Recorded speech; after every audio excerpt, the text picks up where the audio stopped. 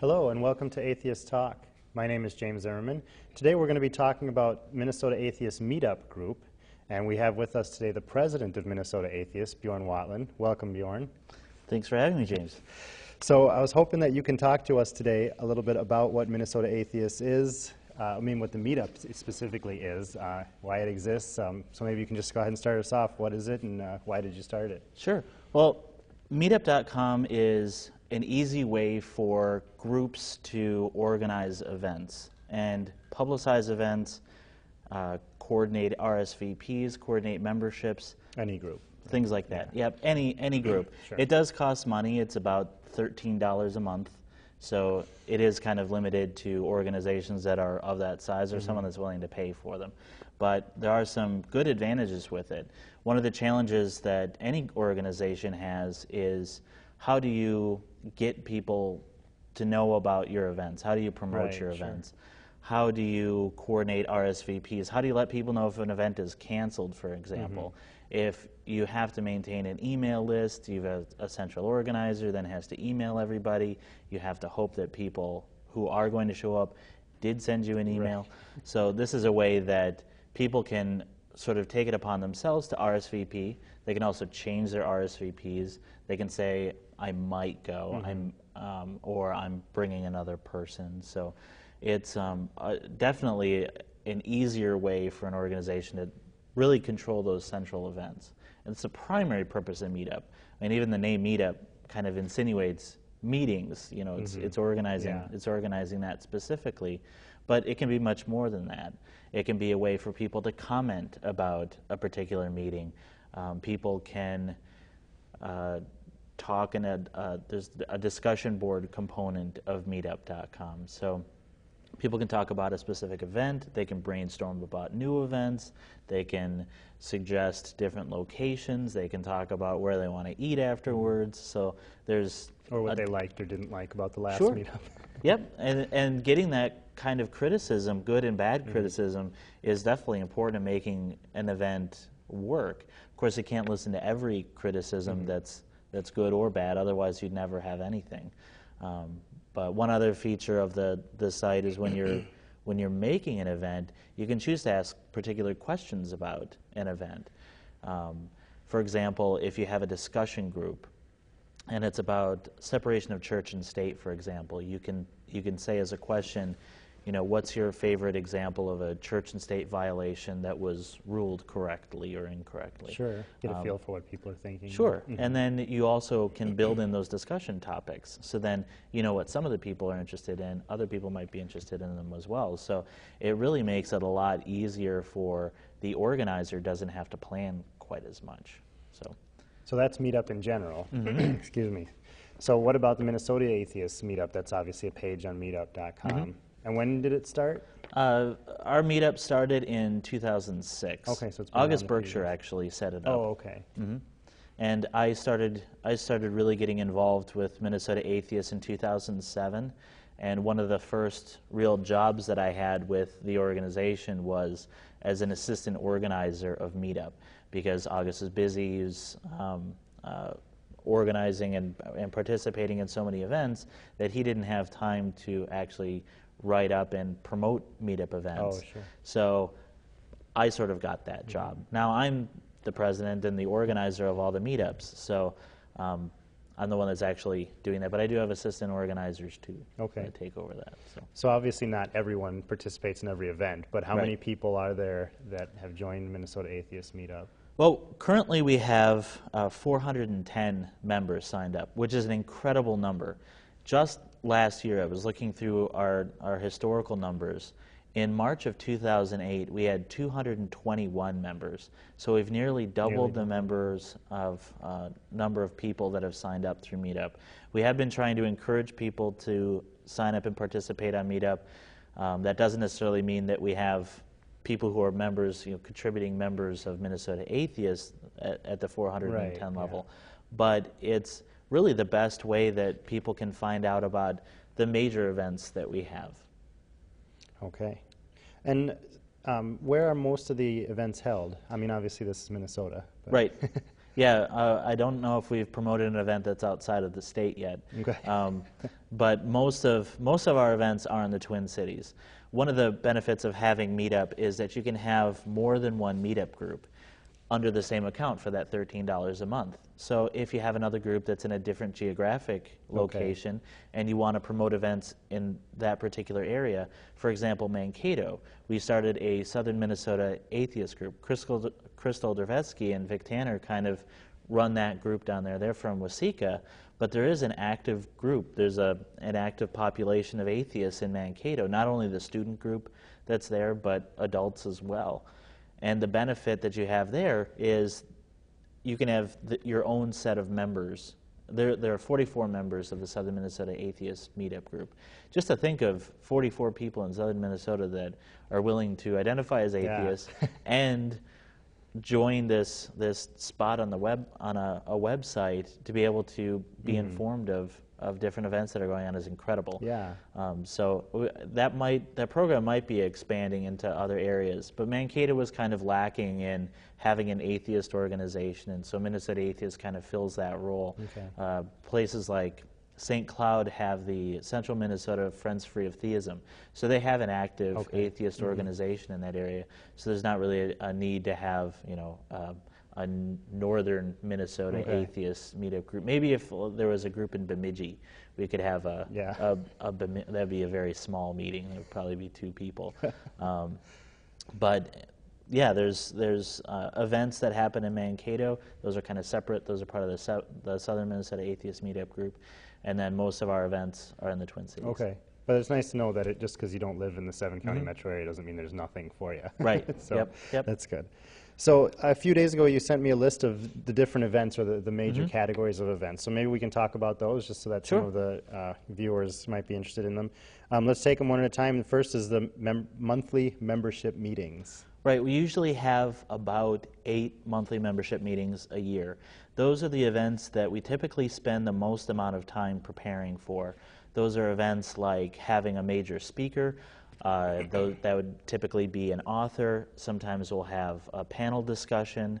For example, this last month we had a panel discussion about evolution and how it's taught in schools. And that was led by a bunch of biologists that actually do teach.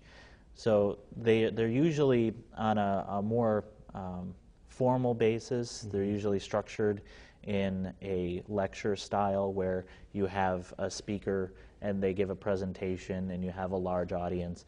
Typically right now we usually get at least 100 people showing up to events. Although our last couple events we had Dan Barker show up and present his book Godless. So he's obviously going to be a big draw. Sure, he actually had the largest draw we've ever had at one of our monthly meetings of 140 people. And the Darwin panel discussion had biologists from the University of Minnesota Morris, P.Z. Myers, show up. And he has a tremendous following. He's very well known. He writes constantly on his blog Pharyngula. So that might have had more to do with the number of people that showed up than the topic. Yeah. But it was still a very interesting presentation, and we have been getting a lot of people showing up to our events. And that's about once a month? Yep, once a month, typically on the 3rd Sunday of every month. It's kind of like church for atheists, then. A little bit, yeah, because it's on Sundays, but we don't hold things quite as early. Sure. Even atheists like to sleep in, so we have events typically in the afternoon. That's also where we hold our business meetings. So if you're curious about what in the world is Minnesota Atheists doing, that's a perfect event to go to. You can find out about how we're interacting with the community, how we're trying to educate the public about atheism. You can learn about new meetup events. You can learn about other new social activities that we're thinking about having, and you can give your input. So. Okay. So I can go to Minnesota Atheists Meetup to see the location of those for each month, right? Yes. Yep. We also promote them on our website. But if you go to the meetup address, which is meetup.com/Minnesota-Atheists, that's the website for Meetup. Always our monthly membership meetings will be promoted in as many places as we can because they are our most popular events. That's the biggest deal. Yep. Yep. So they're usually promoted in many different places, and we usually hold them every month except usually December we don't, because we have a winter solstice party, which we usually coordinate right around the time the solstice is usually right around the third Sunday. And we usually don't have monthly membership meetings during the summer because people are usually on vacation, and so it's hard to get enough people together to make all the effort worthwhile. Okay. So the next thing on your list was Meal and Reel. George Kane has really been spearheading the Meal and Reel program, which is sort of a dinner and a movie. Just like it sounds then. Right. But a little bit clever of a phrasing. Yeah. Typically, George Kane runs a Meal and Reel program that's on the fourth Wednesday of every month, typically at the Lagoon or the Edina Theater, usually a Landmark Cinema Theater, but that's not always the case. We have seen movies at Block E before, but we'll typically find a place to eat beforehand, and we'll talk and socialize, and then we'll go see the movie, and then everyone kind of goes on their way. Some people have trouble getting to a Meal and Reel because it usually happens around 5 o'clock on a Wednesday. So sometimes people can't go right after work, or it's in the middle of the week. It's just a tough time for them. So I've been trying to organize an event on the second weekend of every month. So not always every Saturday, not always on Sunday, but on the second weekend. And those have been taking place at the Mall of America, because it's cold outside and we don't want to have to walk to a place to eat and movies, so we do it in a mall. But the location will probably vary as soon as the weather starts warming up. We've already gotten suggestions for some good theaters to go to and some good places to eat. So you usually go see the Ten Commandments then, wherever that's playing? Or? And Joseph and the Amazing Technicolor Right, sure, stuff that appeals to atheists. Yep. And then the next thing you have is book clubs.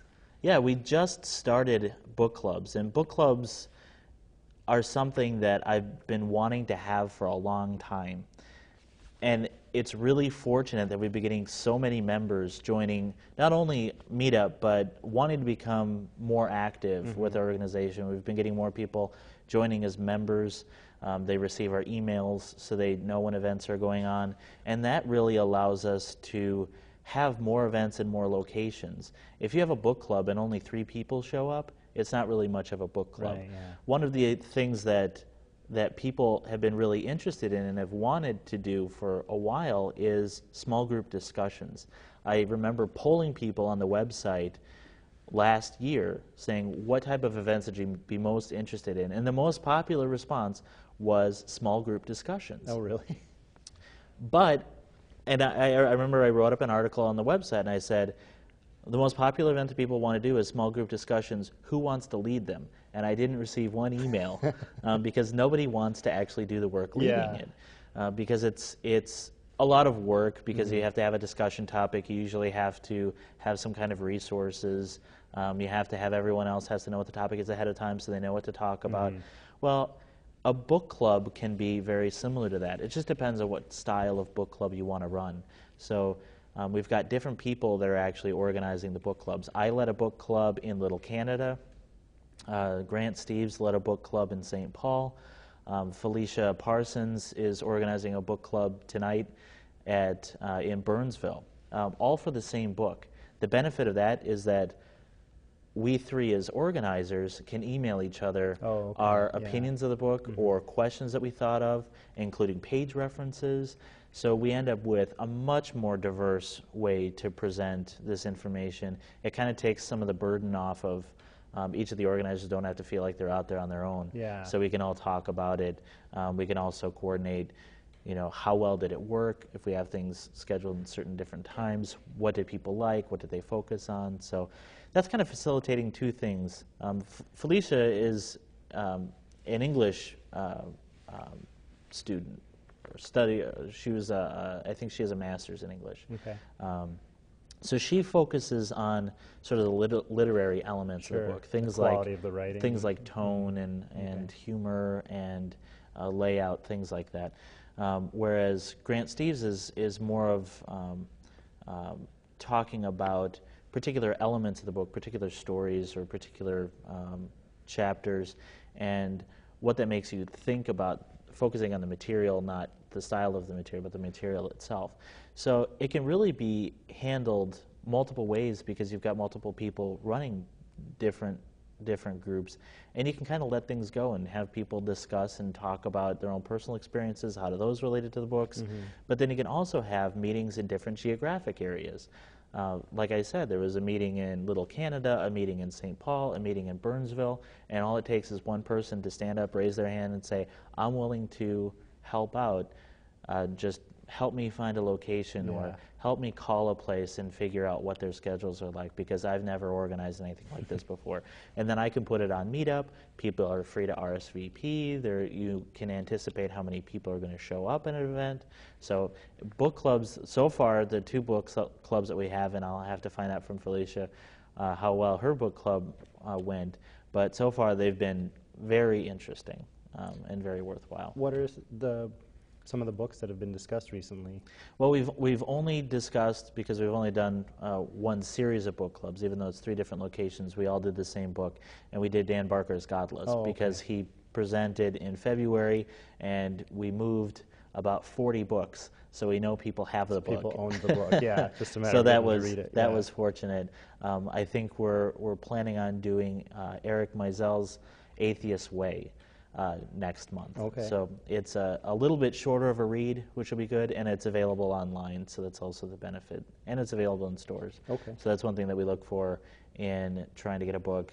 It is nice to find newer books that people haven't read before, and then you can usually find them in the library, except Dan Barker's Godless, incredidly popular. There is a waiting list in libraries, so you can't find it. Yeah, I think that part of the problem is the library doesn't have enough copies. Right, yeah. But it is popular. Yep. Okay, the next on the list was Newbie Nights. Yeah, Newbie Nights was started as an idea from Jack Caravella. Jack Caravella is the associate chair of Minnesota Atheists currently. And he noticed that some of the people that went to our larger meetings, like I said, 100 people show up to our monthly meetings. Those are our most popular, most well-promoted events. So those are the events that most people go to. If someone's curious about Minnesota Atheists, they'll go to that event because they'll probably have heard about it. So they go to the event, there's 100 people that they don't know. Right. And it can be really intimidating. And there are a lot of atheists that are really introverted. They're kind of shy. They don't really like talking to a lot of people. So what Jack came up with was this idea. It's almost like atheist speed dating. He limits the group size to a small group, usually because it's held in a more intimate place like a coffee shop. So there will only be maybe 10 or 20 people that will show up.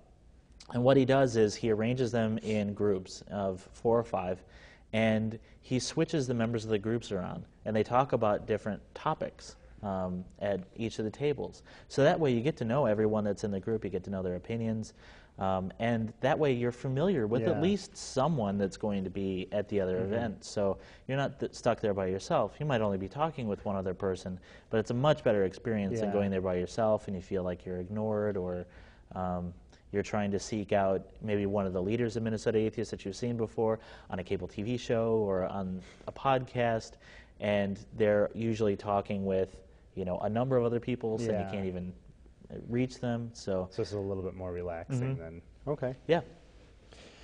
And then probably closely related to that is the next item on the list, social dinners. Yeah, social dinners have been one of the things that Minnesota Atheists has been really well known for, and members have kind of taken it upon themselves to choose a day, like the third Tuesday of the month at 6 o'clock will be dinner at some restaurant, for example.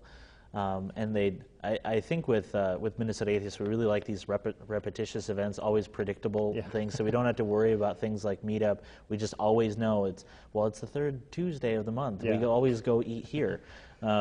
It sort of fills in your schedule automatically. And some of those events aren't on Meetup, but we are trying to start introducing some other events that tack onto that social dinner quality, because people like talking to each other. We're a really social group. That's part of building our community is talking to each other. is trying to focus on some other dinner ideas, like either having a discussion topic and then you eat, but you talk about a particular thing, like what are the impacts of being open as an atheist, for example, is something that people can talk about. What are the costs of being open as an atheist? And people can share their own personal stories and get to know each other that way. My wife, Jeanette, has thought of having a vegetarian atheist meetup group. And we don't know how many people will actually show up to that meeting, but there are a number of vegetarians in our organizations. Another benefit of having such a large group is that you can really break off into these subsets. Cater to those niches. Yep, yep. And then pub nights? Pub nights are something that the Mankato group, the Southern Minnesota Atheists Meetup group, does a lot, where they'll pick a bar. The difficult part about finding a bar is you've got to find a bar that's quiet enough so that you can actually have conversations. And that's the tricky game to play. Can you find those in Mankato? Sometimes they have a private room that you can go to. Other times they want to charge for a private room, or you have to buy a lot of food or something like that. But we actually had 2 pub crawls over the year last year. We haven't had a pub crawl during the winter because it's cold. But the 2 pub crawls that we had were extremely popular. We're trying to have more diverse events because our membership is becoming so much more diverse. Sure. So we're getting younger and younger people, but not that young. We don't get high school students necessarily becoming members. Yeah, they're old enough to go to a pub crawl. And what was interesting about both of them is we'll wear our Minnesota Atheist t-shirts. We're out in the public. Granted, it is Minneapolis, and it's a pretty liberal town, but people are aware that we're there. We're not hiding the fact that we're atheists. We're wearing the shirts. We're walking around in crowded areas, in a crowded metropolitan area, going from bar to bar, and people see who we are. We've actually picked up people along the way on our pub crawls, and they are atheists themselves, or they're curious about atheists. We've met people who've been former members before that kind of have dropped away and aren't members anymore. So that's been a really nice experience, and I hope to start that again when it gets a little bit warmer. Either that, or just pick a bar and have everyone hang out there. Sure, yeah, it's getting warmer. Yep, yep. And you don't even have to drink to have a good time there. People do. They have root beer. Yeah, that's fine. So then a little bit more cerebral. The next thing on the list is the debate class. Yes, we've had 1 debate class. We have a second debate class coming up. I think that one of the skills that people can learn or should learn, and I was fortunate enough to have taken a debate class in high school, is learning debate. And not for people that have formal debates, because how many people actually get invited to do formal debates? Right, yeah. But the skills that you learn in debate are so important, even with small interpersonal communication. If you're talking to coworkers or families or friends, especially about divisive issues where you might be on opposing viewpoints, getting your method of communication across is so important that I thought that it would be good to have a debate class, and a debate class that, yes, has some general elements to it, but it also focuses on how to talk to people who are religious in a way that's respectful and allows you to communicate yourself. And Grant Steves has been gracious enough to use his skills as being a teacher for 40 years in teaching debate. I took his debate class many years ago, which proves how old he is. But he's extremely skilled at presenting information, and so we're using him to teach this debate class. We've got a second one coming up. We actually have an idea of running 2 debate classes, one on the east side of the metro, one on the west side of the metro. And so people get educated separately. And then we'll have a debate tournament where the 2 groups will challenge each other to debates. Between Minneapolis and St. Paul, Yep. Because I think it's important for people to play devil's advocate roles, to understand the religious perspective and argue from that point of view. Helps you understand their own point of view, so that when you're talking to someone, you can kind of understand what is going through their mind, how they're thinking. So when you said there was 1 debate class and there's going to be another one, is this other one coming up like a continuation? Like, do you have to have gone to the first one? No, it is a continuation in the sense that we'll be covering some different topics. Okay. But you definitely don't have to have gone to the first class. We are going to be covering some new topics. You also don't have to be an intellectual. You don't have to be really smart to go to these kind of things, or be a biblical scholar, for example. Some people, when they attended the first one, felt intimidated because people did know a lot about the Bible and they didn't. But that's really a good place for you to learn. Don't feel like you're stupid because you don't know something. We all know a little bit of a little, and we can learn from each other. So, and then we have the last two items, maybe we can take them together. There's charitable works and picnics. Yeah, the charitable works was started because there's a stereotype that atheists aren't charitable. They don't do good things. It's even in our language. When you do something nice, someone will say, well, that was a very Christian thing to do, or you're very Christ-like for doing good things. Well, that's all well and good, but atheists can do good things too. So we like to make ourselves known and do things as a group of atheists in the community, and just to be out there and visible. Atheists do lots of charitable things anonymously, and every once in a while we can get together and do things as a group just to show that the rest of the community, yes, we do good things. Like we've done a food drive, and we've done a blood drive. And the food drive, we actually collected food at our picnic last year. In Minnesota, we have 3 picnics that we run during the 3rd Sunday of every month. In the summer. In the summer. The Humanists of Minnesota sponsor a picnic, we sponsor a picnic, and Campus Atheist Skeptics and Humanists sponsor a picnic. We bring food, we get together, we sing songs, the Free Thought Band plays and plays atheist music. If you never knew that there was atheist music, there is atheist music. So it's really just a social gathering. You don't have to listen to a lecture. You can kind of kick back and lay back and have fun and play games and talk to other people. And you can be intellectual if you want. You can, you'll find a group of people arguing philosophy. Find them and talk about philosophy. If you want to talk about baseball, find a group of people that are talking about baseball. All right.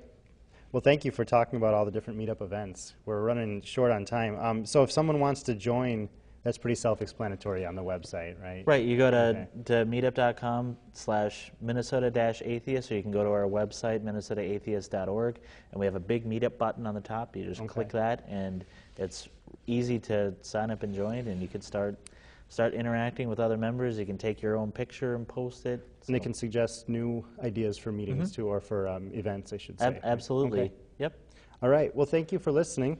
If you'd like to contact us at the address that you see at the screen, we'll be happy to send you a copy of our latest newsletter. And if you have any topics you'd want us to discuss on the show, just let us know. If you're interested in us, we're interested in you. Thank you.